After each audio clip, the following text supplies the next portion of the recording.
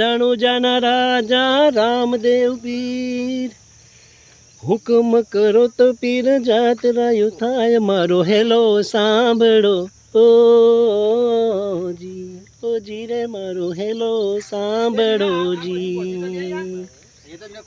અમારા ગરવા ગુજરાતની અંદર રામાપીરની બીજ ખૂબ ધામધૂમપૂર્વક મનાવવામાં આવે છે।